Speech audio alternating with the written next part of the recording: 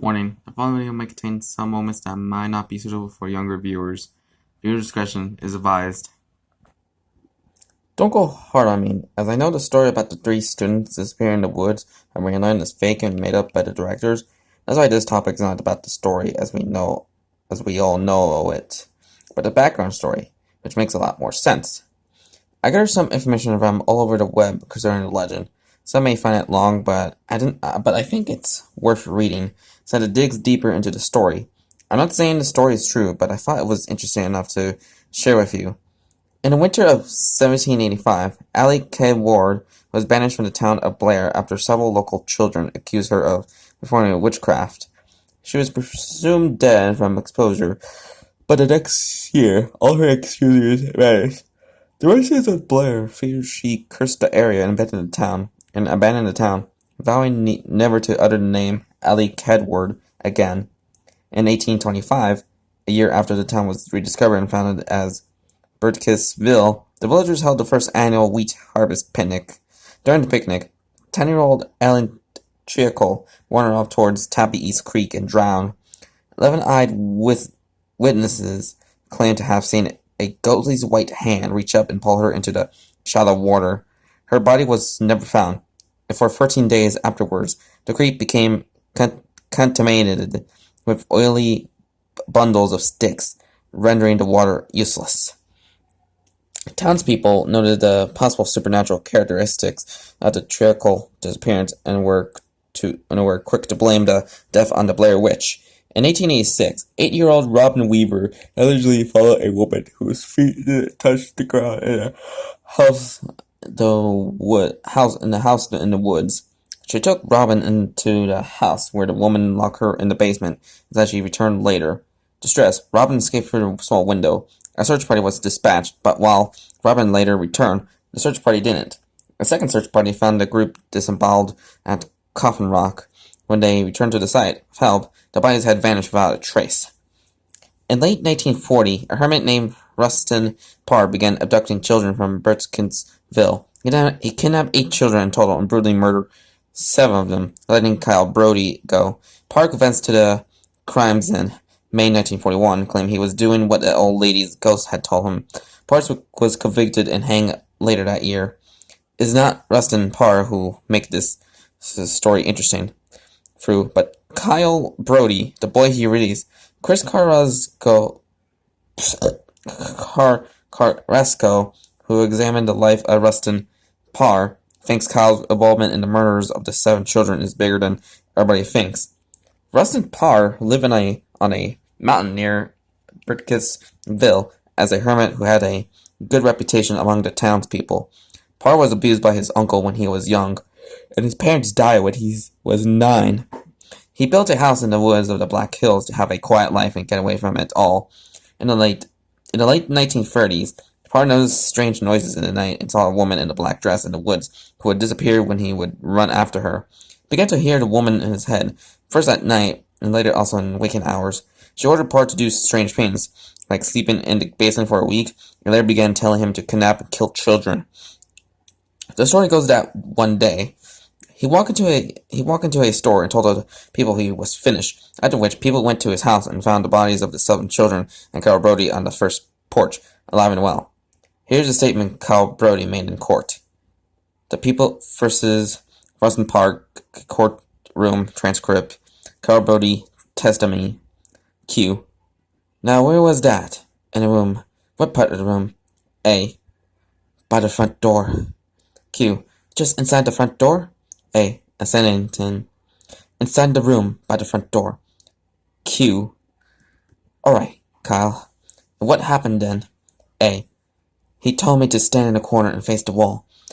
I could hear Emily screaming. He was cutting her. I looked. He was cutting a symbol on her face. Q. You're doing really well, Kyle. You're doing just fine. Could you point out to me the man who did that to Emily? Could you point him out to him? A. Hesitating. Q. It's alright, Kyle. Look, your parents are right there. Q. By the court. Shall we recess? Recess? Q. Kyle? A. Pointing. That's him standing there. Q. Let the record note that Kyle Brody had identified the defendant, Rustin Parr. Now, Kyle, what happened after that? A. He tied her up in the corner. I was facing the wall. He started to hurt her then. Q. Go on, Kyle. You're doing just fine. A. Sometimes he would come up to me. Do you hear her? Do you hear the woman's voice? I would cry and tell him to leave her alone, but he wouldn't listen. Q. Do you know who he was referring to? No. A. No. Q. Do you ever see a woman out there? A. No. Alright, Kyle. What happened then? A. After a few days, he killed her. He cut her open, and after he took everything out of her, he left with her, and I never saw her again. When he came back, he told me not to be sad, that he'd bring someone else back soon. Mr. Fair. Prosecution rests, Your Honor. The court. Thank you, Mr. Fair. Chris Carrasco did research on the circumstances and found some questionable facts. None of the 7 children knew each other, except Kyle, who knew all of them. Kyle had a troubled past with some of the children. Kyle gave police detailed information about the adoption of Emily Hollins, for she was taken 2 weeks before his disappearance. Kyle even knew where her adoption took place.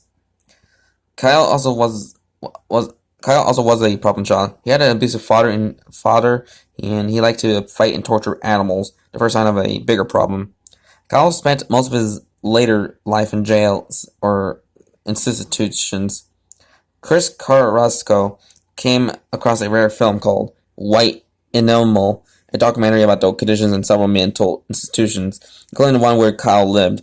The footage gave Chris the evidence he needed all this time to connect Kyle Brody with the murders of the 7 children. In the first clip, we see Kyle writing on the large pad, and as the camera zooms, it reveals he is writing transitus fluvi, the witchcraft language. He writes from right to left as it should be written. This is significant because it was the same language found on the walls of Rustin Parr's house.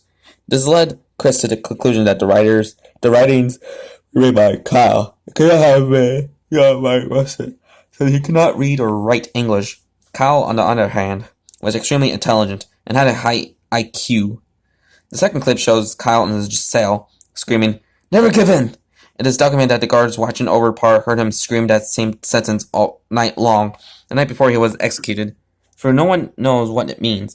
It has a strong connection to the relationship of Kyle and Rustin, and also indicates the bigger involvement of Kyle in the murders. So what can we make from all this? Is this just made up another story, or does it hold some truth? Is this whole background also faked, or did Kyle Brody really have to do something with the murders? Did he hold Rustin Parr's hand while performing the action on the 7 murdered victims?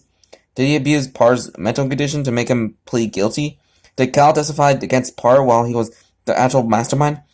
Was he just a charming but very evil young boy? Please give me your opinions.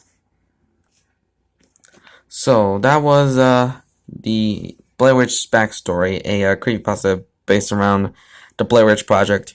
In my final thoughts on it, it's kind of a pretty good story.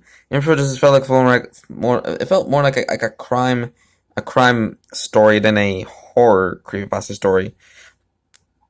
Like the rest of the story didn't have something to do with the Blair Witch, besides like almost like in the beginning and middle part. And then like the last half of it is just a typical courtroom meeting about Kyle and his supposed the murders of the 7 children, which this is kind of giving me some Find Us at Freddy's vibes. And that one controversy around Child's Play 3, which I don't want to talk about because that's a very serious topic for another day. So, yeah, and the first half of the story is actually pretty good, and then like the last half of it is just it's just about like a ace attorney or just like a typical courtroom meeting crime stuff, which should have been had like more info about this Blair Witch person. So yeah.